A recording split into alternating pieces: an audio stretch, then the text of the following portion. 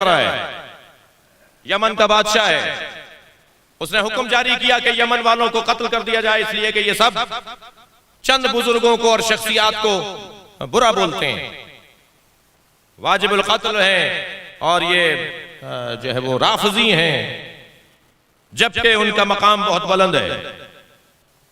जी कहा गया जी फला फला फला फला फला फला फला लोगों को ये बुरा बोलते हैं, उनका मकाम बहुत बुलंद है। दलील क्या है कि उनका मकाम बुलंद है? किसी ने कहा जी दलील, कहने लगे देखो फला बाग के अंदर जो दरख्त अनार का लगा हुआ है उसके अनार के ऊपर इनके नाम छपे हुए हैं, कुदरती तौर पर इनके नाम कंदा हुए हैं। अगर अल्लाह इनसे प्यार ना कर रहा होता, अगर अल्लाह के नजदीक इनका मकाम नहीं होता तो ये दरख्त अनार के ऊपर इनके नाम लिखे हुए हैं। जी बुला लिया गया, मुहम्मदून सलासा, 3 मोहम्मद नामी हमारे मुज्तहिदीन उस वक्त में, बताओ जवाब दो। जाके देखा साहब अनार के ऊपर वाकई कुछ नाम लिखे हुए हैं, ये तो अल्लाह ने नाम लिख के भेज दिया अनारों पर, तुम इन्हें बुरा बोलते हो। इन्होंने कहा जी हमें 3 दिन चाहिए, हम 3 दिन के बाद आपको जवाब देंगे। 3 दिन इन्होंने रोजा रखा। मैं एक आरिफ की खिदमत में था, जब कोई बहुत बड़ी अजीम हाजत होती है तो उरफा का दस्तूर है कि वो रोजा रखकर दुआ मांगते हैं। मैंने एक बुजुर्ग से पूछा कि क्या फलसफा है कि रोजा रखकर दुआ मांगी जाती है?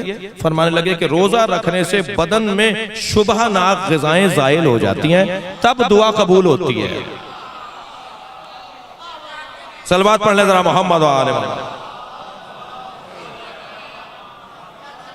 जी बाज़ औक़ात हमारी दुआएं कबूल ना होने का एक वजह ये होती है जी असर ही नहीं हो रहा ज़बान के अंदर, तो वो बदन से ज़ाइल हो जाना चाहिए वो तमाम शुबहनाक ग़िज़ाएं। तो ये 3 दिन उन्होंने रोजा रखा और तीसरे दिन जब ये रोजा इनका तमाम हुआ, मुनाजात की, मौला को पुकारा, मौला मदद कीजिए, हम आपके गैबत के अंदर हैं, आपके चाहने वाले हैं।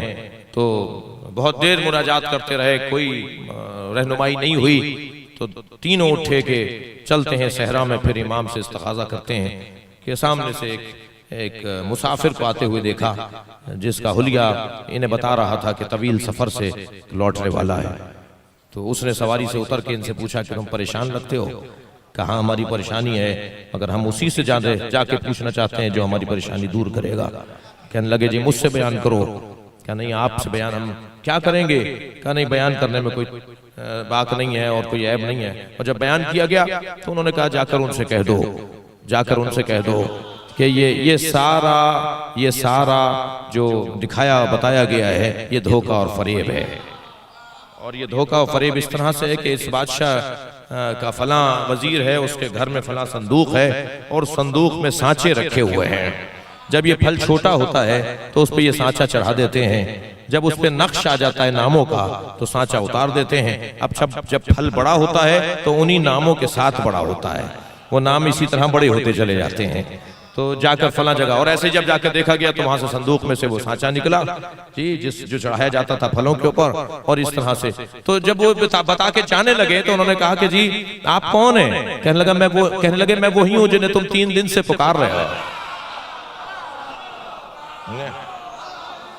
तो मोहम्मदून सलासा ने आगे बढ़कर कहा कि आप तीसरे दिन आकर हमें क्यों बता रहे हैं? हम तो 3 दिन से आपको पुकार रहे थे। कहने लगे तुमने 3 दिन की मोहलत क्यों मांगी थी?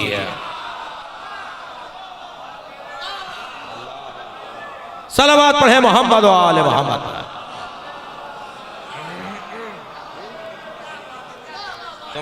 तुमने अगर कहा होता कि 1 दिन चाहिए, हमें 1 लम्हा चाहिए, तुम्हारा खुद ईमान 3 दिन का था। तुम मुझे 3 दिन बाद चाहते थे, मैं 3 दिन बाद आ गया। सलावत पढ़ ले मोहम्मद व आले मोहम्मद।